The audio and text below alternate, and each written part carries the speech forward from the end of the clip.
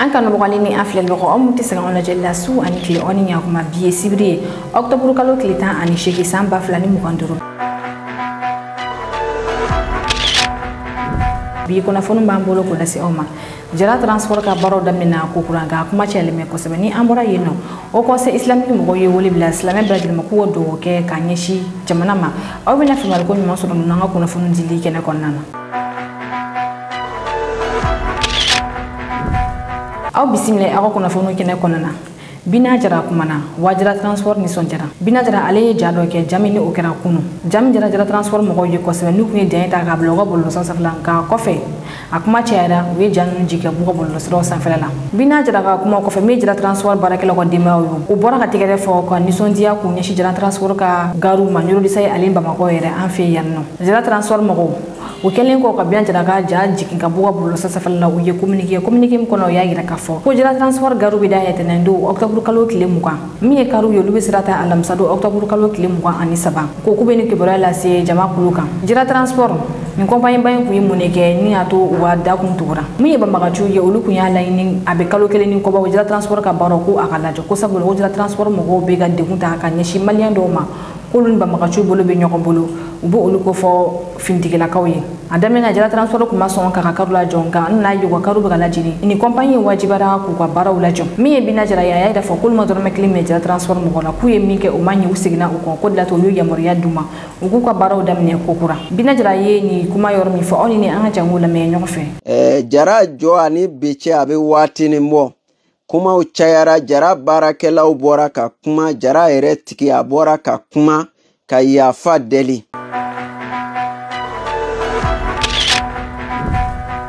jara transport kun ka kuma cayalen don kosɛbɛ nin wagati in na jara transport bɔlen kɔ k'a lase k'a fɔ k'u ka baaraw bɛna daminɛ ko kura mɔgɔ caman ye i fɛla fɔ dɔw y'a yira fɔ ko a ma bɛn dɔw yɛrɛ fɛnɛ y'a yira fɔ ko a bɛnna an ye mɔgɔ caman fɛlaw fara ɲɔgɔn an bɛna minnu da aw kulo kan an balimakɛ don ale y'a yira k'a fɔ k'ale t'a faamuya cogo si la société transport don olu k'u ka nafasɔrɔsiraw bila jamana ka nafasɔrɔsiraw sanfɛla la k'a sɔrɔ min an ka finitigilakaw ye olu b'u ni di jamana ye o tɛ ka dɔ olu ye an balimakɛ wɛrɛ ale fɛnɛ y'a yira fɔ ko kuma na ko autorité de l'état bɛ min bi an balimamuso dɔn ale ko banbagaci ninnu ka kuma kɔnɔna na k'u ye bilala muso la k'ale b'u dali u ka musow sen bɔ a la an balimakɛ wɛrɛ fɛnɛ y'a yira k'a fɔ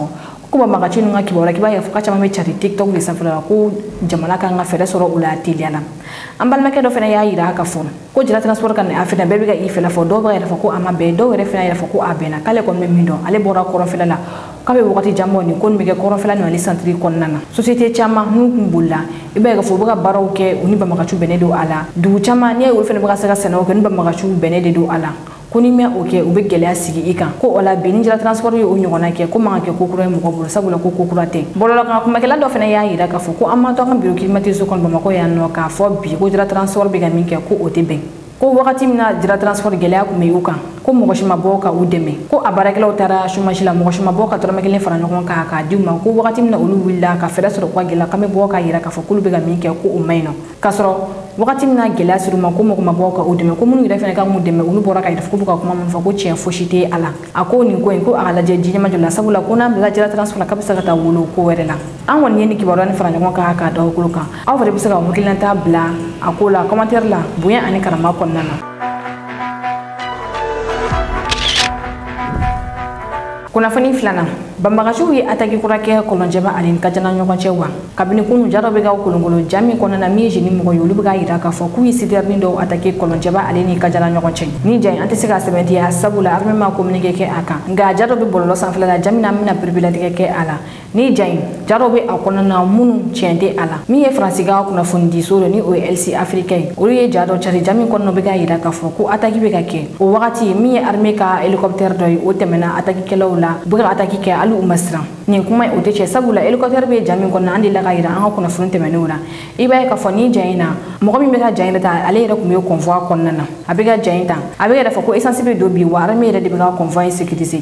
mɔgɔ min bɛ ka ja in ta ale tun bɛ pick-up dɔ yɛrɛ de kɔfɛ a bɛ ka nin kuma ninnu fɔ i b'a ye k'a fɔ jugu filɛ k'o jata k'o don u ka jaw kɔnɔna na k'a yira k'a fɔ ko banbagaciw bɛ ka attaque kɛ wagati la Mali armée ka hélicoptère bɛ ka tɛmɛ u la hali armée ma se k'u bali k'u ka attaque kɛ ka nin kuma in nkalontigɛ k'a fɔ ko tiɲɛ foyi tɛ a la hakilina jiginna an bɛna na hélicoptère jaw la jami kɔnɔna na hélicoptère kun bɛ ka citerne convoi de lakana ka bɔ Côte d'Ivoire sira la ni ka don ni a ye Bamakɔ yan nɔ essence tato filɛ avion filɛ escorte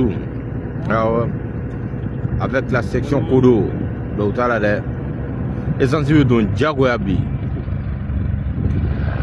a diyara a ma diya a bɛ don.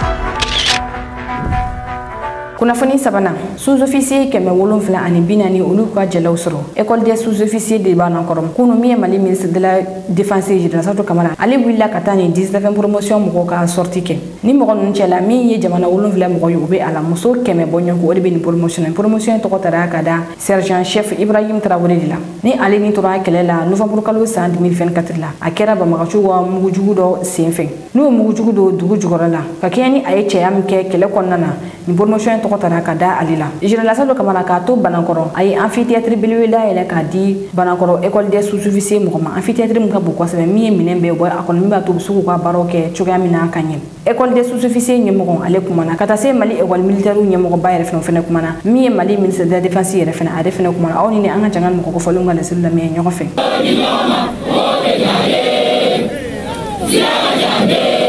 Ils sont plus de 700 sergents, dont une centaine de personnels féminins. Cette 19e promotion de l'école des sous-officiers porte le nom du sergent-chef Ibrahim Tamba Traoré, un élément de la garde nationale tombé en 2024 suite à un accident d'engin explosif improvisé sur l'axe Djema-Nkwala. Les nouveaux promus arrivent avec ce message d'engagement et de détermination. Et c'est avec fierté et espoir que le ministre de la Défense et des anciens combattants les admire. Les objectifs de la formation sont les suivants. Former des chefs de groupe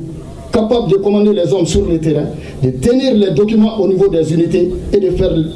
l'instruction dans les centres et les formations classiques. Le développement de la culture de l'initiative,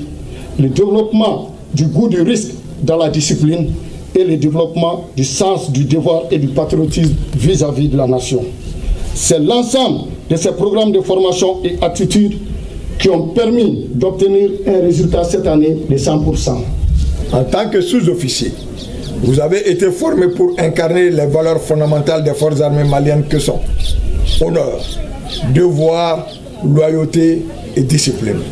Votre parcours a été jalonné d'efforts intenses, de sacrifices personnels et de rigueur,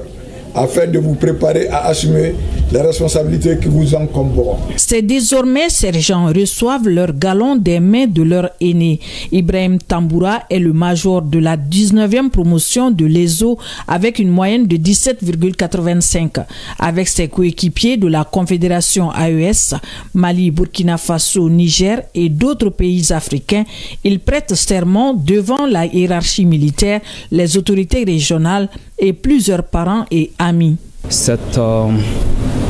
19e promotion de l'école des sous-officiers de Banankoro vient renforcer les capacités opérationnelles de nos armées à un moment charnière où elles consolident ses acquis. Cet événement illustre une nouvelle montée en puissance de nos forces armées et de sécurité. Désormais mieux formés, mieux dotés et fermement engagés pour la défense de l'intégrité de notre territoire. Ce bilan positif reflète la mise en œuvre rigoureuse d'une vision stratégique portée au haut niveau. À cet égard, je voudrais remercier son Excellence le général d'armée Assimi Goïta, président de la transition, chef de l'État, chef suprême des armées, dont le leadership éclairé et la détermination constante ont permis de refonder notre outil de défense. Un défilé militaire avec l'ensemble des forces vient sanctionner cette cérémonie de baptême et de remise de galons aux élèves sous-officiers d'active à Banangoro dans la région de Ségou.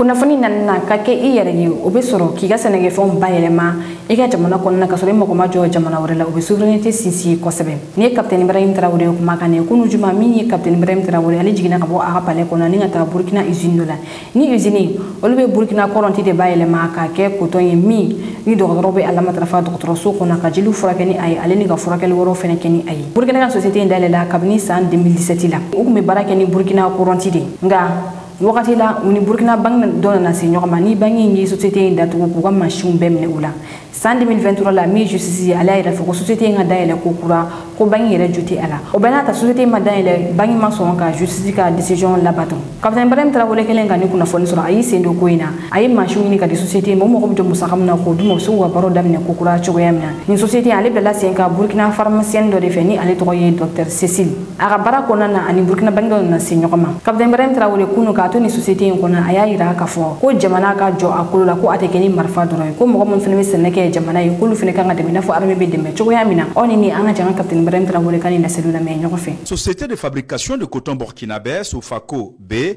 spécialisée dans la production de coton hydrophile médical, reprend vie. Une renaissance rendue possible grâce à l'appui du président du Faso dans le cadre de sa politique de souveraineté économique et industrielle. Lorsque nous sommes arrivés, quelque temps après, nous avons appris l'histoire de cette unité qui avait été fermée il y a quelques années de cela, dû à des problèmes donc, entre Burkinabés, je dirais. Nous avons cherché à comprendre, j'ai envoyé les équipes rencontrer donc, la dame et j'ai compris qu'il y avait une main-d'œuvre qualifiée qui travaillait à transformer nos matières premières, qui s'est retrouvée au chômage. Et il était de notre devoir de mettre tout en œuvre pour que vous puissiez reprendre le travail. C'est tout ce que nous avons fait pour l'accompagner et l'aider donc à retrouver des machines, réinstaller et pouvoir reprendre le travail. Donc je vous félicite tous pour votre patience, pour votre résilience, pour votre abnégation. Sous la direction de sa promotrice, Dr Céline Kontiaré Kobiané, l'usine s'impose comme un symbole de renouveau industriel avec pour ambition de réduire la dépendance sanitaire du Burkina Faso et de créer surtout des emplois. Cette transformation sur place, voilà que ça crée de l'emploi et c'est une fierté, c'est une indépendance. Et lorsqu'on parle de souveraineté, c'est ça. Produire, transformer et consommer. Et bientôt, c'est nous qui allons exporter ce coton hydrophile, ces compresses, ces bandes, s'il plaît à Dieu. Le capitaine Ibrahim Traoré a visité les installations de production et échangé avec les agents. Il a salué leur résilience, leur patience et leur engagement à faire revivre cette unité industrielle. Dans son message, il a réaffirmé sa vision sur l'industrialisation. La chose la plus importante, c'est cette capacité à pouvoir transformer notre matière première. Qui d'entre nous n'est jamais tombé malade? Qui d'entre nous ne s'est jamais blessé? Nous partons tous à l'hôpital, on utilise le coton hydrophile, on utilise les compresses, les bandes et tout. Mais très souvent, c'est notre propre coton que nous avons subventionné en agriculture ici, que nos populations, nos braves paysans se sont donnés corps et âme à produire, qui a été exporté, transformé juste un peu et qu'on revient nous vendre au kilo très cher. Visiblement émue, la promotrice Dr Céline Kontiaré Kobiané exprime sa gratitude au président du Faso pour son soutien combien décisif dans la renaissance de cette usine. Votre engagement envers notre nation et grâce à votre soutien, la Sofaco renaît avec une volonté ferme de transformer et de valoriser nos matières premières locales. Nous nous engageons à vous accompagner dans le noble combat que vous menez dans l'élan d'industrialiser le Burkina Faso.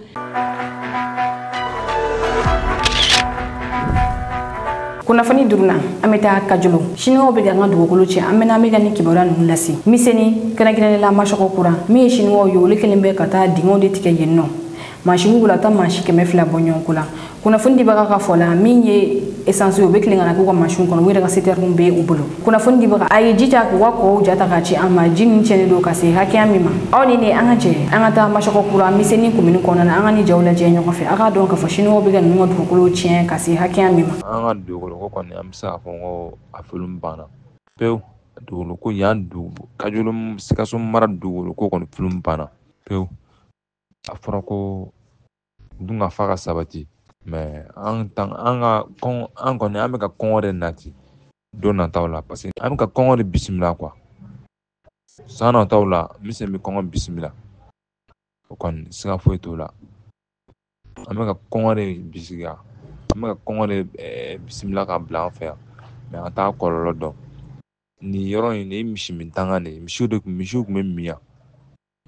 misiw kun bɛ min ji in na yan mɛ bi misi tɛ se ka min na tuguni ti fɛn fɛn ye nin min o y'o misi kɔni o y'o ka ko balen misi tɛ se ka nin min tuguni.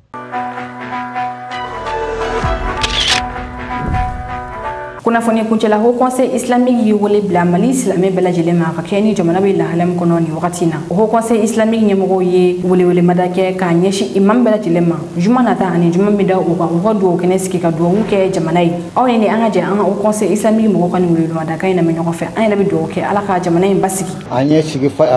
hakili falenw kɛ an ka sigiw kɔnɔ o wolola baara minnu na o conseil bɛɛ lajɛlen tɔgɔ la ka da ɲɛmɔgɔ la ka taa conseil membre bɛɛ lajɛlen limama ka bɔ a ɲɛmɔgɔ tɔ la ka taa membre bɛɛ lajɛlen an ka tɔn tɔw bɛɛ lajɛlen ka bɔ o ɲɛmɔgɔ la ka taa membre bɛɛ lajɛlen kɛ an ye hakilina min falen an bɛ fɛ k'o hakilina da mɔgɔw tulo kan baara min n'a y'a sɔrɔ an kan k'a kɛ an bɛɛ lajɛlen kelen kelen an ka min kɛ an ka kalanyɔrɔw la an ka min kɛ an ka misiriw la an ka min kɛ an ka zawiya la o bɛɛ lajɛlen de bɛna fɔ maliyɛnw ye bɛɛ lajɛlen k'i cɛsiri bɛn ani keleya ani ɲɔgɔn minɛ ani koto ɲɔgɔn ta la o bɛ se ka sabati an ka jamana n'o bɛ se ka kɛ sababu ye k'an ka ko in k'o kunbɛn duwawu kɛyɔrɔw a kɛ waatiw a kɛbaw k'o bɛɛ lajɛlen latigɛ maliyɛn bɛɛ lajɛlen bɛɛ k'i cɛsiri walasa an ka jamana bɛ se ka kɔsuma k'a ɲini Alahu taala fɛ ala k'an ka jamana ala k'a kɔsuma ala ka bɛn ni keleya jamana fitina yarabi ala k'a dofa o de tun don maa minnu bilalen a kuma fɔli la u bɛna ɲɛfɔ an ye an b'a ɲini bɛɛ lajɛlen fɛ bɛɛ k'i cɛsiri baara in kɛ k'a kɛ ko ɲuman na walasa an ka jamana in bɛ se ka bɔ nin fitina in kɔnɔ. an ma dogo maa si la k'a fɔ ko an ka ba maliba in a bɛ degun kɔnɔna na kabiri wagati jan degun mun n'o kɛlen don k'a bila lonbolanba la degun mun n'a kɛra sababu ye ka basigibaliya lana jamana kɔnɔna na a kɛra sababu ye ka tɔɔrɔw lase jamanadenw ma ka tɔɔrɔ lase jamana yɛrɛ ma wa degun don mun b'a la ka jiri a lahalayaw b'a la ka yɛlɛma don o don an bɛ ala deli ala ka kɛ an tangabaga ni an dɛmɛbaga ye ka baara kɛ ni alisilamɛ diinɛ ka taabolo ye o bɛ fɛn minnu ɲini an bolo ala ka ciden kisi ani nɛɛma bɛ a ye ni lahalaya ɲɔgɔnnaw kɔnɔna na a ye baara minnu ɲɔgɔn kɛ ani jamana yɛrɛ lahalaya jateminɛ kɔfɛ silamɛw ka kelenya tɔnba mun bɛ yen n'o de ye tɔn bɛɛ lajɛlen ka tɔn ɲɛmaa ye n'o ye o conseil islamique ye ale ni alimamiw ka tɔnba n'o ye limama ye o jɛna ka o bolo di ɲɔgɔn ma ka sigi ka hakili jagabɔ kɛ o hakili jagabɔ in na o bɛnna fɛn dɔ kan o ka kan ka mun waleya mun bɛ se ka kɛ bɔda ye an bolo nin degun in kɔnɔna la k'a to jamana ka lafiya o la bi jumadonba in na o jumadonba mun ni o bɛnna ɔktɔburu kalo tile 17 ma san 2025 o bɔra ni bɛnkan dɔ ye ko k'a ɲɛsin mali alisilamɛw bɛɛ lajɛlen ma bɛnkan fɔlɔ ye mun ye ko bɛ mali jamanaden bɛɛ lajɛlen wele ka taa sabali ma ani yafa ɲɔgɔn ma ani kelenya ani ɲɔgɔn minɛ ani ka an yɛrɛ kalifa don Alahu taala la ka an ɲɛsin ala ma k'an jigi sɛmɛ ala bɛnkan filanan ko b'a ɲini mali alimami bɛɛ lajɛlen fɛ maa o maa mun bɛ mɔgɔ la seli kɛ mali kɔnɔna la misiri dɔ kɔnɔ zawiya dɔ kɔnɔ yɔrɔ yɔrɔ mun b'a la ko seli yɔrɔ don ne alimami bɛ yen n'a bɛ jɔ mɔgɔw ɲɛma k'o laseli o b'a ɲini o bɛɛ lajɛlen fɛ k'o ka duwawu kunutu kɛ duwawu kunutu o kɛli sabatila ka bɔ ala kɛra yɔrɔ kisi ani nɛɛma bɛ a ye ne degun ye silamɛw sɔrɔ a tun bɛ kunutu kɛ k'a ɲini alimami bɛɛ ka kunutu k'o ka misiri la jamana ka basigi la ani jarabi mun bɛ an kan degun mun bɛ an kan degun in ka se ka wuli cogoya mun na mun ye o kunutu kɛli ye k'a kɛ fajiri seli la i kɛlen kɔ ka kimiri minɛ kɛ jɔko laban na yanni i ka taga tenturu la ka kunutu kɛ o wagati la ni mun ye o ta o ye kɛcogo dɔ ye ni mun yɛrɛ fana dun b'a kɛ bange seliw bɛɛ la fitiri ani safo ani fajiri o fana ye kɛcogo dɔ ye mun sabatila ka bɔ dɔnnikɛlaw yɔrɔ ni mun yɛrɛ fana dun b'a kɛ seli wagati duuru in bɛɛ lajɛlen kɔnɔna na o fana ye kɛcogo dɔ ye mun sabatila ka bɔ dɔnnikɛlaw yɔrɔ dɔnnikɛla si ma fɔ ɲɔgɔn kɔ k'a fɔ ko ne degun ye silamɛw sɔrɔ ko kunutu ka kan ka kɛ dɔnnikɛla bɛɛ bɛnna o kan ani lahalaya minnu filɛ nin de ye o ka kumakanw ye a kɛcogo la o la ni mun ye dɔ ta ninnu cɛla k'o kɛ baasi t'o la nka an tɛ fɛ fewu misiri ka sɔrɔ yen mali kɔnɔ alimami ka sɔrɔ yen mali kɔnɔ ko mun tɛ kunutu kɛ a ka seliw kɔnɔna la ka d'a kan n'i y'a mɛn ko i bɛ diinɛ ko baara ka ɲɛ jamana kɔnɔ a ka sɔrɔ basigi de bɛ yen lafiya de bɛ yen silamɛya de fɔlɔ hamina ne basigi ye silamɛya de fɔlɔ hamina ne lafiya ye ka kɔn diinɛ bɛɛ lajɛlen ye o de kama an ka kan an jɔyɔrɔ fa nin yɔrɔ in na o la o kunutu mun fɔlen filɛ nin k'a daminɛ bi jumadon na mun nɔgɔ bɛnna arabi awal kalo arabi sani kalo tile 23 ma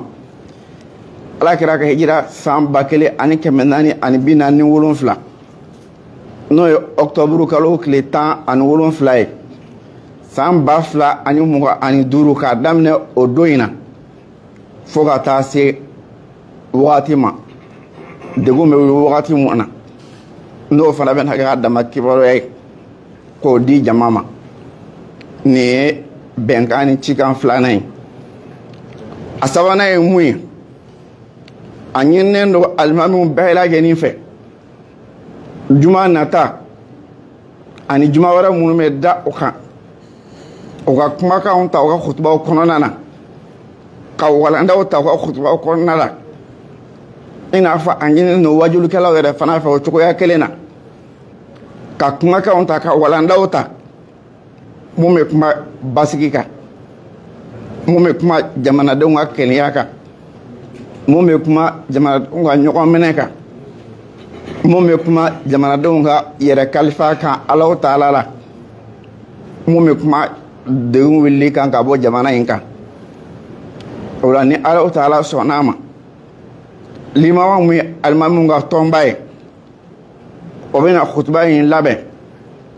k'a cɛri ka taga di alimamiw bɛɛ lajɛlen ma walasa baara ka kɛ ni a ye kuma kuncɛli la an bɛ Alahu Taala deli ni a tɔgɔ sanumanw ye a n'a mankutu kɔrɔtalenw ye balaw min bɛ an kan fitinɛ min bɛ an kan Ala k'a wuli ka bɔ an kan a dogo ni ne kɛra n ka bi kunnafoni sɔrɔli ye ko dɔ kulo kan aw ni ce ka kumajɔ la k'an filɛlibaga bɛɛ lajɛlen fo kɛrɛnkɛrɛnnen minnu bɛ k'an lajɛ ka bɔ Burkina Faso aw kan bɛn wagati wɛrɛ se ka kunnafoni jɛlen ɲini ka di aw ma ani ka dɔw jigi kɔrɔ kunnafoni ko la Mali News mago bɛ aw ka dɛmɛ na dɔrɔmɛ 100 kalo la maa min bɛ fɛ ka dɛmɛ don aw ka kunnafoni diso man di ma a bɛ se ka wari ci numéro na ni o ye 91 21 41 40 84 aw kelen kɔ ka dɛmɛ fɛnɛ ci aw bɛ se ka aw tɔgɔ yɛrɛ fɛnɛ ci aw ma